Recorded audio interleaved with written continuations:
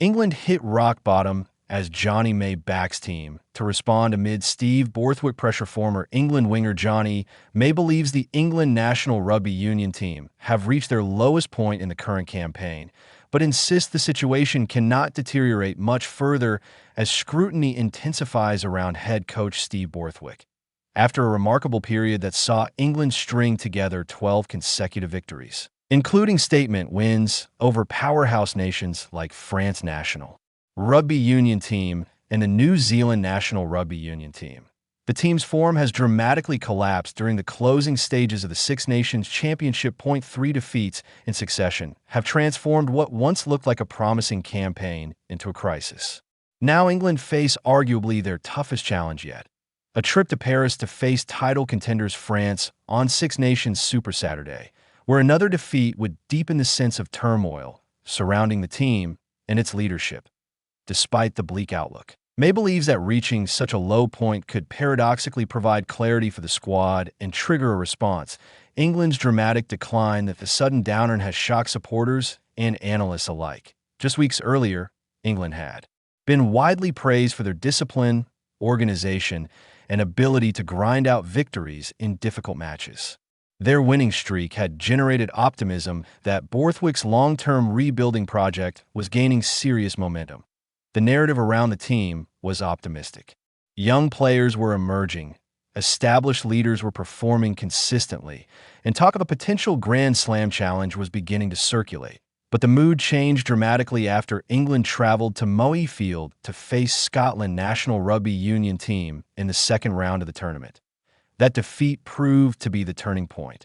According to May, rugby has an unforgiving way of bringing teams back down to reality when expectations grow too high. He described England's current predicament as a rock-bottom moment, acknowledging how quickly fortunes can change in elite sport. In his view, the team may have become slightly carried away by their own success. After a long sequence of victories, confidence can easily turn into complacency or unrealistic expectations. For England, the belief that they were building towards something special may have created additional pressure when the first setback arrived. May suggested that the situation unfolded as a perfect storm of factors, a combination of rising expectations, sudden setbacks, and mounting pressure.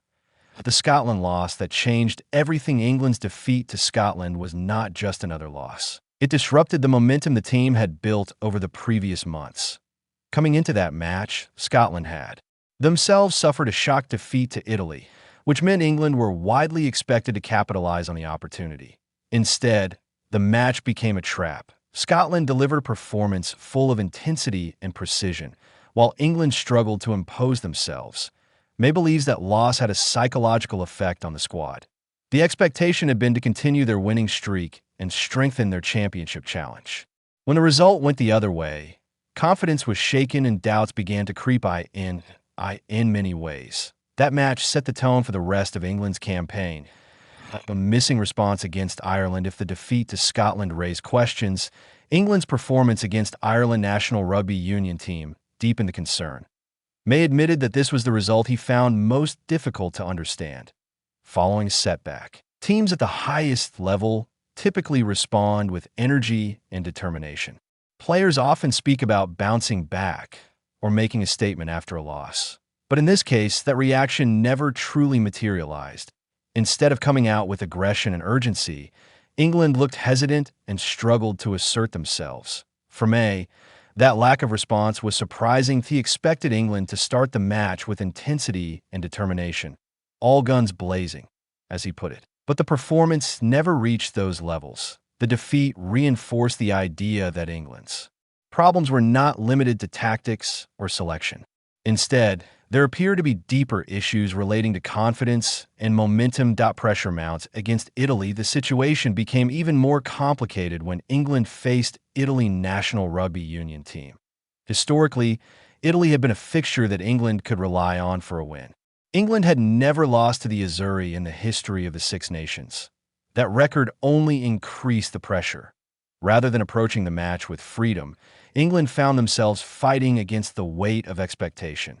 Italy, meanwhile, have undergone significant improvement in recent years. Their squad, now features dynamic attacking players and a far greater level of confidence. May acknowledge that modern Italy is a dangerous side capable of competing with anyone, that England's defeat therefore reflected both their own struggles and Italy's progress. Nevertheless, the loss carried historic significance and intensified the criticism surrounding the team that Borthwick under the spotlight as results deteriorated. The spotlight naturally turned toward head coach Steve Borthwick. International rugby is a results-driven environment, and a run of 4 defeats in the Six Nations would inevitably raise serious questions about leadership. Many observers believe that England must at least deliver a strong performance against France to ease the pressure. Even if victory proves difficult, demonstrating resilience and cohesion could help restore some faith in the direction of the team. May understands the immense pressure facing both Borthwick and the players, that he emphasized that elite rugby environments are inherently demanding. Coaches and players are constantly evaluated, and expectations can become overwhelming when results turn negative. Despite that pressure, May hopes the squad remains united. Team unity often becomes the deciding factor during challenging periods, that young players experiencing their first crisis. Another factor influencing England's struggles may be the youth of parts of the squad. Several players have emerged recently and enjoyed early success at international level. For them, this down and could represent their first experience of a genuine crisis in Test rugby. May believe some younger members of the squad may now be realizing how volatile the international game can be.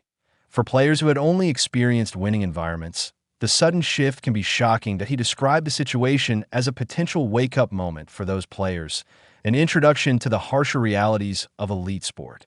However, such experiences can also be valuable learning opportunities. Teams that endure difficult phases often develop resilience that proves crucial in major tournaments such as the Rugby World Cup. The debate around England's kicking game beyond results. England's playing style has also come under scrutiny. That a common criticism has been the team's reliance on kicking. Some fans argue that England's approach under Borthwick is overly conservative and limits attacking creativity. May believes that criticism oversimplifies the situation. Kicking, he pointed out, is a fundamental component of modern international rugby. Every successful team uses kicking strategically to control territory and apply pressure. The issue, in his view, is not necessarily the volume of kicks, but how effectively those kicks are executed. When teams lack confidence, they often revert to safer options, including tactical kicking. May acknowledge that England could benefit from showing more bravery with the ball, developing a stronger multi-phase attack, one capable of generating quick ball even when possession slows down, would provide additional attacking options. A chance for redemption in Paris. Despite the gloomy atmosphere surrounding the team, the upcoming match against France presents an opportunity. Facing one of the world's most formidable teams is a daunting prospect, but it also offers the chance to reset the narrative. That if England can produce a courageous performance, they may begin to rebuild confidence ahead of future competitions. May believes the pressure may actually lift slightly within the squad. The road ahead. Regardless of the outcome in Paris, England's recent struggles highlight the fine margins in international rugby. That a team that appeared unstoppable only weeks ago now faces intense scrutiny. Yet the same squad still contains talented players capable of competing with the best in the world. For May, the key lies in perspective. Rugby seasons inevitably include highs and lows. What defines great teams is not avoiding setbacks, but responding to them.